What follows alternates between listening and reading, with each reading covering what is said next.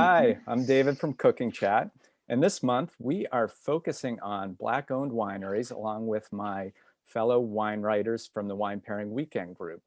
And as I started researching the topic, I heard about this one winery, Maison Noir Wines, and I heard that the owner and founder is one of the top sommeliers in the country. So I love putting food and wine together. So when I heard that, I was quickly getting onto the website, figuring out which of the bottles I wanted to order.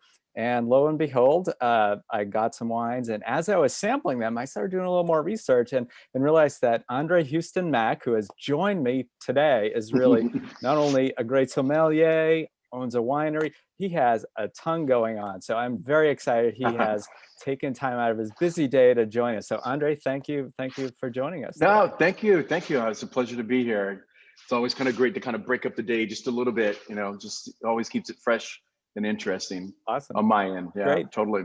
Super. Well, if you could start by just telling us a little bit about sort of what sparked your passion for wine. I did see somewhere a reference to, I don't know if it was serious or a joke, that it might have something to do with a show called Frasier, which I will date myself and definitely know. I watched a lot of Frasier episodes back in the day. So let's hear how how the passion came to be. Totally was that. I worked in restaurants. I was a waiter, and that, being a waiter in a restaurant is pretty transient, right? Like everybody's gone on to bigger and better things, whether you're going to be an actor or whatever you're working on, right? Same for me, I was lumped into that group, and, I went on to my bigger and better thing. I got a job at Citicorp Investment Services, and, I was working there, did about 18 months, something like that. And I just realized that, I just didn't feel like I could do this for the rest of my life. It was something that I had put a lot of time and energy and focusing on getting the job and working there. But when I actually got there, it actually, it felt like this can't be what the rest of my life looks like. And the kind of stars aligned a little bit, and Citibank was purchased by Travelers Group, the form Citigroup, and they were letting people off, with severance. And I was the first person to raise my hand. I took that, I took that opportunity to get paid for 6 months and leave. And it was during this time, that, I'm just kind of reevaluating, trying to figure out, what's next, what's my next move. And lo and behold, as I'm there, kind of taking a little nap and all that other kind of stuff, it was like midday, on a certain channel, they would play back-to-back episodes of Frasier.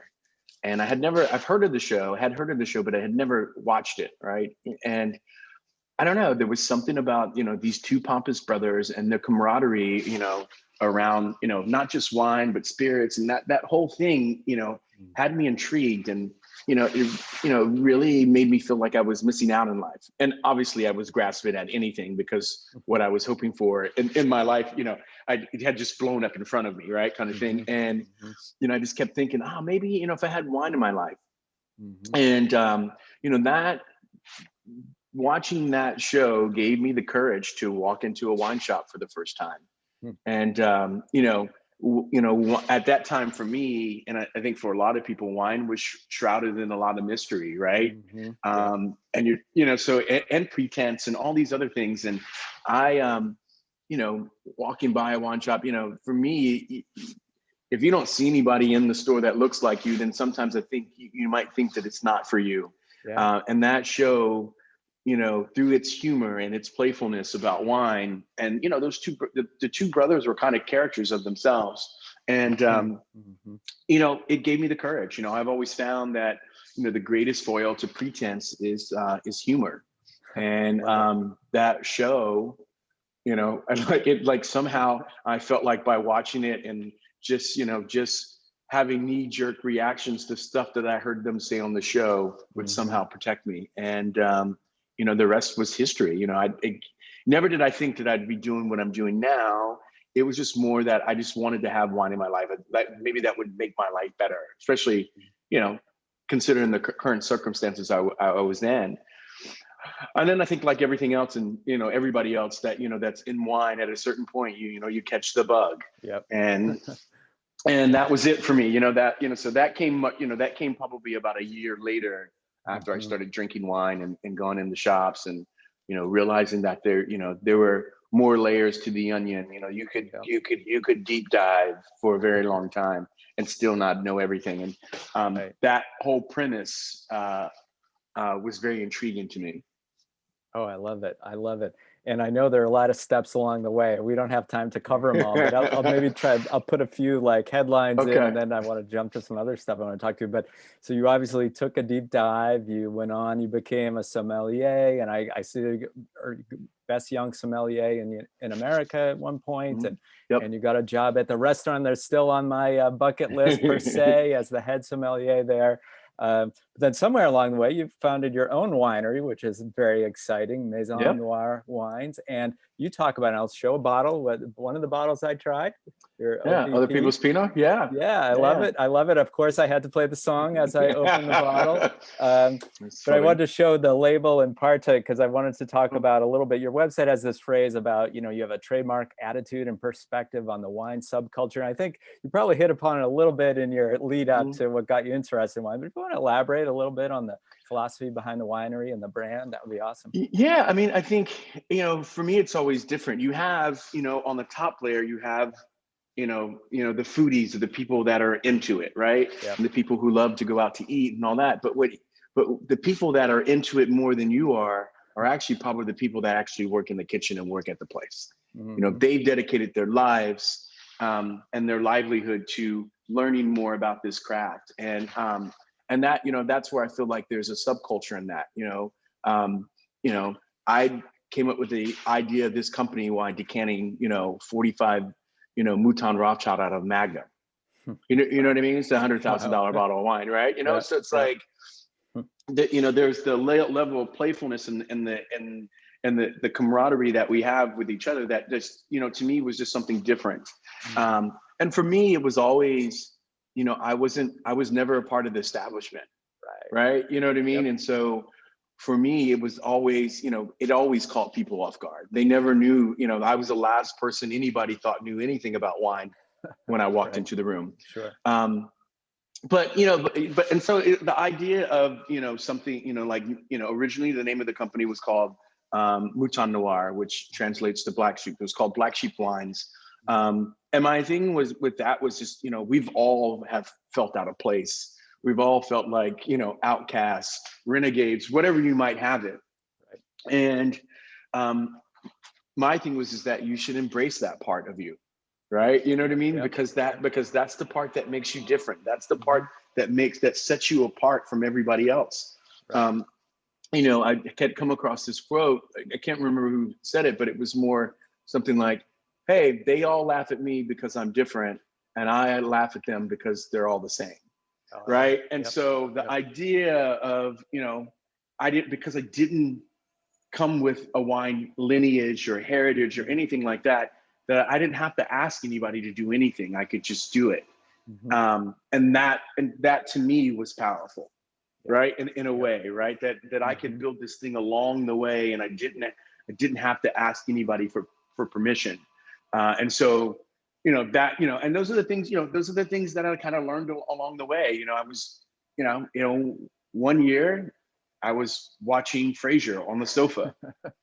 2 years later, I was one of the sommeliers on the floor at the French Laundry in California. You know what I mean? And so, it moved pretty quickly. And then, 18 months later, I'm in New York, running the beverage department at Per Se. And so, there was a lot of things going on in that, but I just felt like I had to learn all the rules first before I could actually break them. And I had climbed the mountaintop. And I've seen it done. I've witnessed this greatness that the chef had built, and now it was time for me to set out on my own. And whoever was following me, whoever was going to come along for the ride, that's who I was building it for. Yeah, I'm curious to hear a little bit. I'm sure it must be a lot of fun to work with you. What kinds of folks are attracted to your team? Are you getting a lot of outsiders like you started out, or I do like that. I do like the fact that there's outsiders, right? Like, for me, it's always, those are the things, you can teach everything that I know, right? But you can't teach enthusiasm or passion. Yeah. right? Or you Right. can't teach those things. You either have to have them or not. Yep. And generally speaking, working at the French Laundry, I was surprised that they took pride in hiring people that weren't from the industry. Nice. Right, because they realized that they could teach them all those things. I mean, we have all different types of people. It's really funny too, because generally, when I travel, I mean, I used to before COVID, but I mean, I got on a plane almost every single week. Yep. And we would ride with our distributors and different like, and on every single one of those trips, somebody asked me for a job. Wow. Right, somebody Yep. that I was working with said, you know what, I don't know if you're hiring. And if you aren't, but when you are, I would love to throw my name in the hat. But for me, I'm weird, right? Maybe I grew up watching too many movies. I always thought, somebody was going to see how hard I was working and walk in the front door and change my life. And that never really happened for me, right? And I realized that, like, no, if you want to change your life, it's going to have to be you. And but I've always said, if I was ever going to be in a situation to be able to do that for someone else, I would. Yep. Right. And, same thing, my assistant, Kevin, was working at a shipping store in my neighborhood. Love it. And after, knowing him for about 2 months, he's now been working for me for 5 years. Right. You know what I mean? That idea of being able to, so for me, it's, there's people from all across the gamut, people from wine, people not in wine, people from shoe company. I mean, it runs the gamut. It's pretty fun though. I got to actually, you've dropped a lot of nuggets of wisdom here. And I know you have, I don't know if it's a relatively new book out that I know it's on, it'll be new to me. I've been wait every time I hear a truck pull up, I'm hoping I was up at my land before our interview, but it's supposed to arrive later today. But is that more focused on the wine, the business? What are folks going to get if they pick up? Yeah, so the book is called 99 Bottles, The Black Sheep's Guide to Life-Changing Wines, right? And my thing is that these wines in the book won't change your life. Yep. They actually changed my life, right? And the idea is for us all to find our 99. What's your 99, right? Yep. If you had to tell your life in 99 bottles, what would it be? That's what the book's about. It tells my wine life story through bottles, right? Wine to me is it's a snapshot of a memory in time, right? It's a placeholder. Sure. And so the book goes, it takes you along my journey about, my drinking life, where I started and how I progressed. And, it tells a lot of stories. It's broken down by, I think, my early life. Then I think I worked at, it was called like the steakhouses. I had worked at some steakhouses, and then, there's a chapter, there's a whole section on the French Laundry, there's a whole section on per se. And then, there's a section after that about, striking out on my own. But yeah, it just, basically just, tells my wine life story. And ideally, what I like to tell people is that we all have to start from somewhere. And it's not about where you start. It's about where you end. And hopefully through, people seeing my story, that they realize that it's no different than their story, right? It's, you just have to, you have to work hard enough and put yourself in a position to be able to succeed. Right. Love it. Well, I look forward to reading it. That's going to be great. So can you tell us just a little bit more about your wine, your actual Maison Noir Wines? I know OPP is obviously you're sourcing from other folks' wines. Are you doing all that, or are you growing some of your own grapes? So, so originally, other people's Pinot, I bought 8 barrels of finished wine and blended in with a wine that I made. Hence, that was hence other people's Pinot. We referred to those 8 bottles as other people's. And that was in 2007. 2008, we sat on the sideline. 2009, we've signed contracts for fruit. And other people's Pinot has always been other. It's the idea now. It's kind of morphed into the idea that this is everyday people everyday drinking Willamette Valley Pinot Noir, right? From everybody who has a hand in making it can actually be able to afford to purchase it. Love it. Oh, that's so great. It's a celebration about that.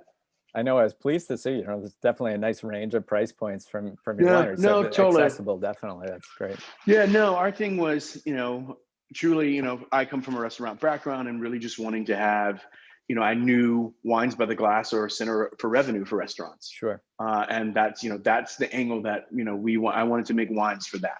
That was something that I knew. That was the business that I knew. And so yeah, we started. 2007 is when I quit the restaurant.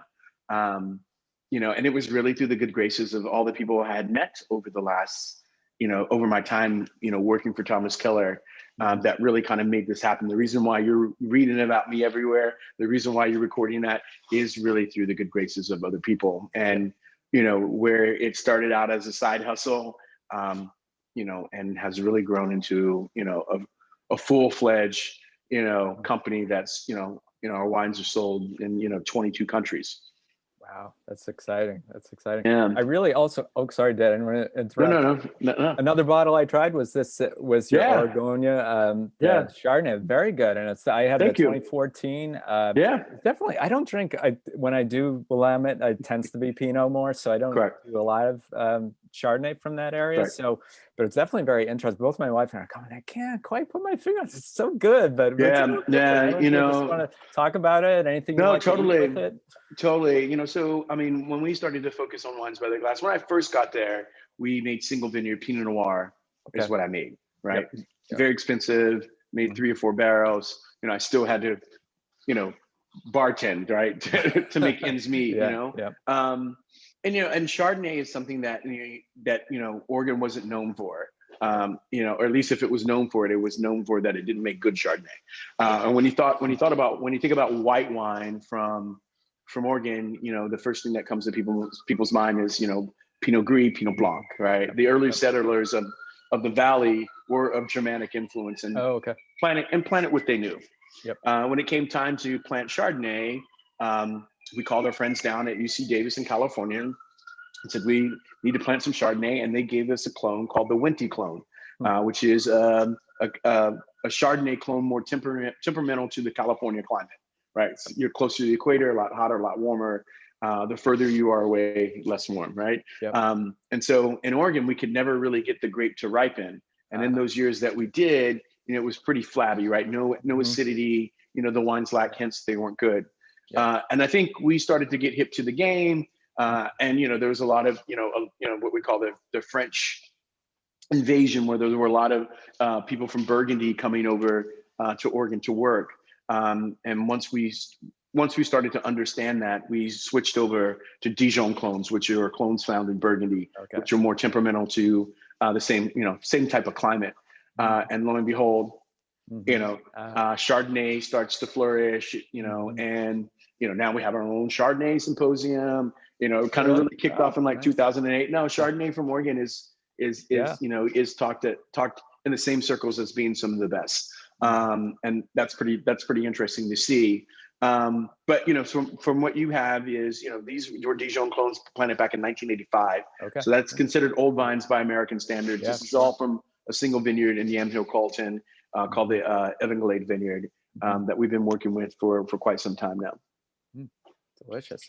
And I know the other thing, I know we're talking mostly wine here, but the ham bar, I'm thinking this got to be good with a lot of stuff. Yeah. No, totally. The ham thing has been like a, kind of a dream come true. It's like, it's like my, when people talk about a kid in candy store, it's like, no, André in a ham bar, right? Okay. It's just like, in 2000, at the beginning of 2020, we opened our first place here in Brooklyn, called Ann Sons. And this is Ann Sons Ham Bar. So it's like a, really cozy, 400 square feet, 20 seat, all American charcuterie bar. So all American country hams, all American cheese, and then all American wine list, with wines dating back to the 50s. Wow. And so the idea that, for me, traveling to Spain and to Italy, when you're in Spain and you're at one of their jamon bars, there's no American wines, there's no Italian wines, right? You know what I mean? These are all these this is the best of what Spain has to offer. Yeah. Right. And according to them, it's the best in the world. Right. You ask the Italian, Italian guy, he says the same thing. Yep. And, I felt like there really wasn't anything like that in America. Like you're always expected to have an international wine list, right? Because those were the best. Right. And that's cool and that's fine, right? But at least for my place, I wanted it to be, a celebration of American food heritage, right? Where I had all these great things under one roof. So I signed the lease. It took me a while. I signed the lease in 2017.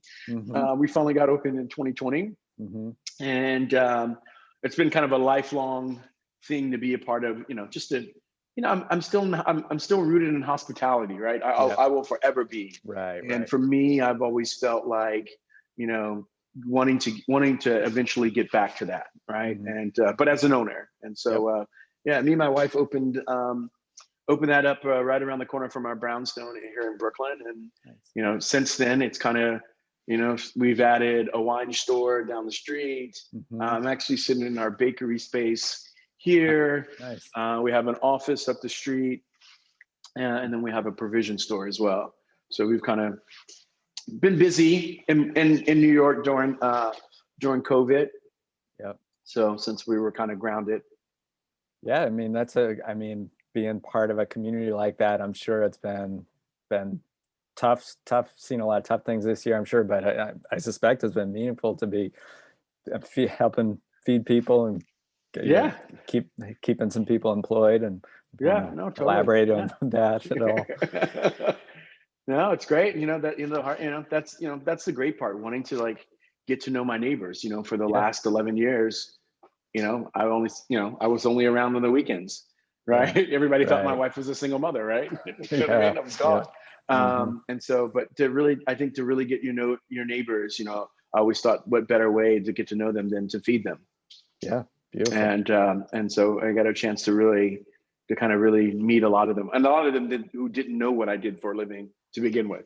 Yeah, right. Nice. Yeah. So it's great to kind of connect with them and be a part of that. But now we have tons of Chardonnay there. Cool. We do tons of Chardonnay with ham, Chardonnay with the these little croquettes that we make with the ham croquettes. Just beautiful stuff, man. It's really fun. Got some old stuff from we have like 1978 Chard from Hansel out of Magnum. Yep.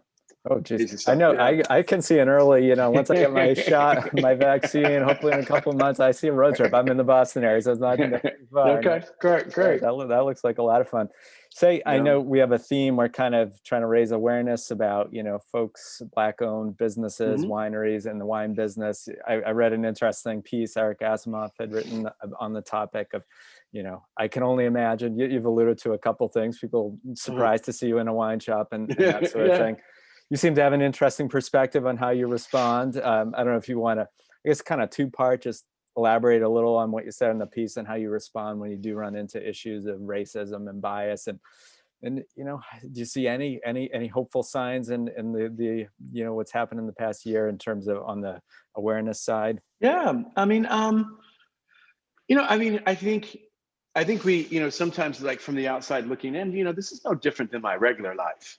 Yep. Right. So like the segment, the question into making it into wine and a profession for what I do, it's no different. It never stops. Right. So it's it's not like, oh, okay. Right. Cause, so for me, I think understanding that that's the life that I wanted to live, and I wanted to live amongst other people. I wanted to have diversity in my life. Just didn't want to live with people who look like me.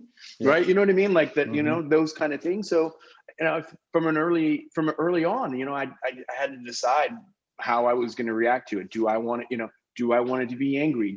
I'm all of those things. But in the end, you're so you can be so crippled by all of those emotions and feelings that you don't accomplish anything. And and for me, it's all laughable, right? Like in a way, right? Like, it's like I have to laugh, otherwise I'll cry. But like, it's kind of, to me, it's just kind of expected, right? Also, some days I realize that like, some people just I get it. They've just never seen anybody like me. That's cool. Right. And I think that addresses the question, where you were saying, more awareness. And for me, I would just tell myself, oh no, the conversation is not about race, because you know what? I'm here to sell you wine. Yeah, right. Like, you know what I mean? Like, it's like, I didn't want you to taste it. I don't want you to buy it because of what I look like, or not buy it because of what I look like. It's here. And for me, it was more like, hey, they're just, I tell myself, oh, they're just not used to seeing anybody like me show up here. Right. And then to say that I'm in the wine business. Like, look how I'm dressed. I get it. I'm comfortable. Right. Hey, like, good for you. Yeah, what's this guy doing here? So I get it. I understand that. And, maybe I made excuses for those people. But to me, what it told me is that there's not enough awareness. Right. The fact that like, that you would be surprised. Mhm. Right. It's just maybe there's just not enough of us yet that that those people exist out there. But it shouldn't matter. I'm an artist. Yeah, Every artist wants to be judged off the merit of their own work. exactly. Yeah.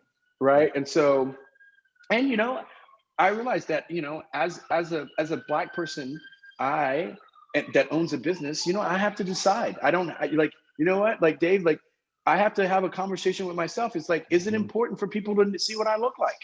Mhm. Could that hinder my business? Mm. Well, I know a lot of my colleagues that don't look at me like me. They're like, "Are you crazy? What are you talking about?" Like Mm. the thought never even crossed their mind. Right, Um, right. but for me, I mean, it doesn't matter. Like it's me. I'm just going to show up, right? Yep, Right.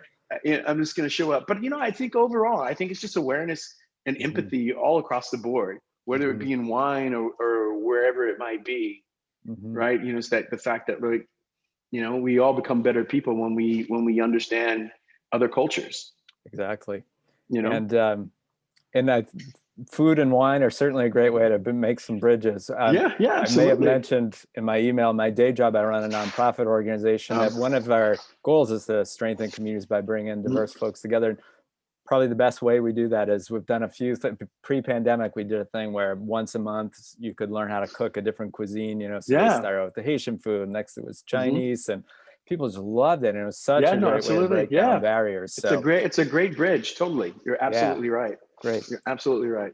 Well, I wanted to, I don't want to keep you much longer, but I did ask that you are a sommelier, about Yeah. food and wine together. If you want to sort of wrap us up with maybe sharing some of your, could be, I suggested maybe if you have 3 great tips for putting good food and wine together. If you have more or less, that's cool, but would I love to guess I hear would your take I on would that start by question. saying this is the biggest thing, right? It's temperature of wine. I think here in Mm, America, we're serving our reds way too hot, right? When we yep. talk about room temperature, when the books were read, when the tombs were written, room temperature was 65 degrees. It was cold back then. Right, Room right. temperature is pretty warm now, and Mhm. generally, the hotter something is, the more accentuated it is. So it accentuates the alcohol.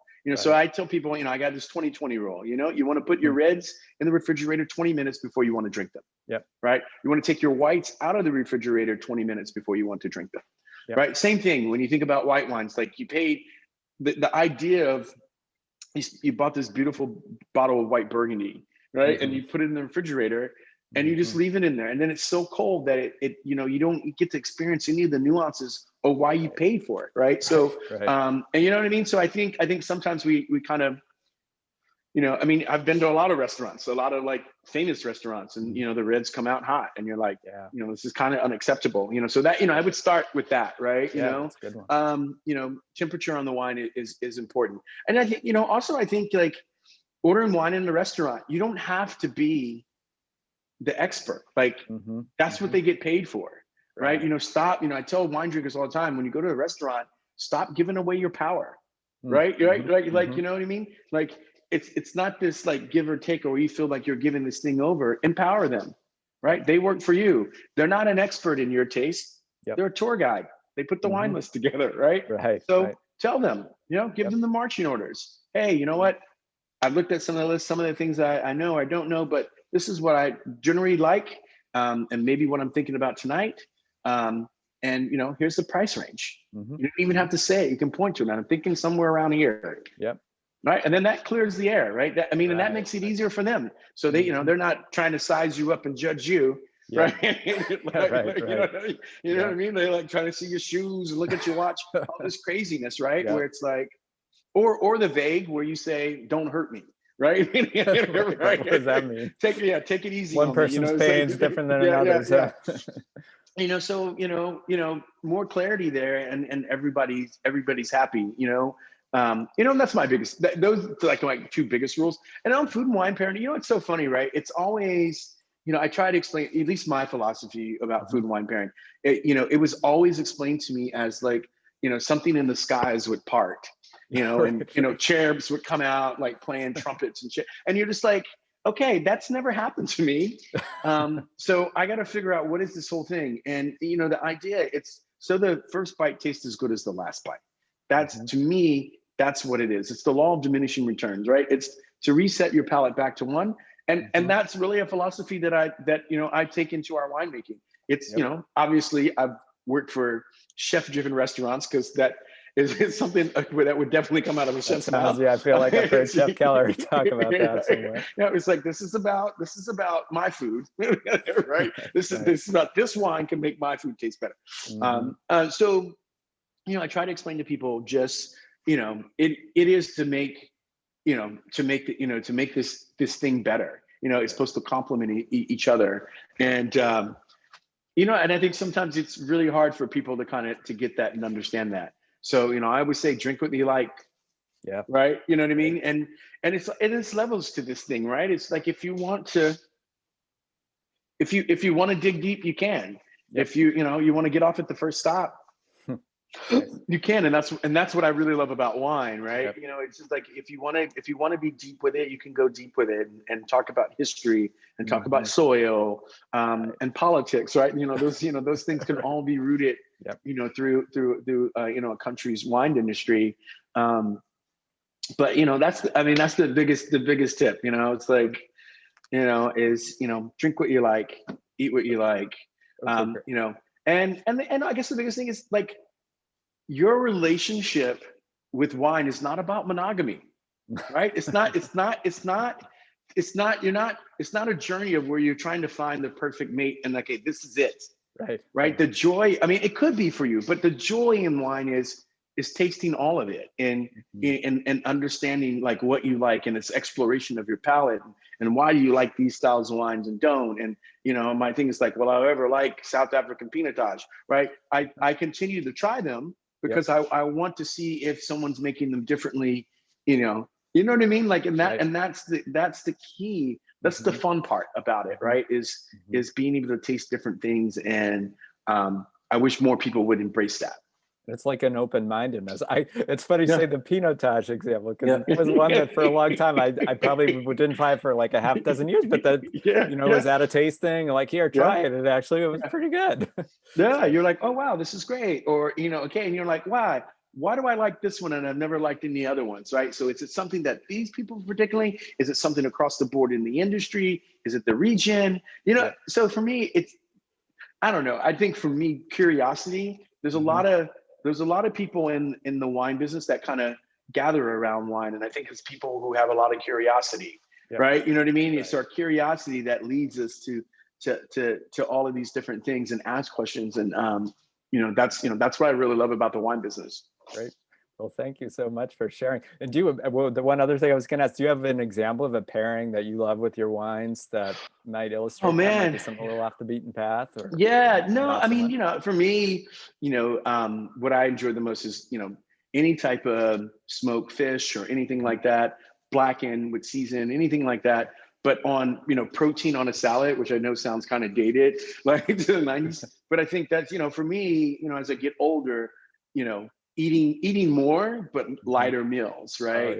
So the idea of, some leafy greens, with a light dressing, and, a fatty fish, are great, and I think for me, it kind of runs the gamut. So, Pinot, I would start with, if I was going to do something like that, I would do blackened, so spicy, so blackened salmon. I would do with our Pinot Gris, which has a little bit of ripeness to it, right? Then we would go to, like, if we went to more, salmon, I would probably go anywhere between, the Chardonnay, our Rosé, or our Pinot Noir.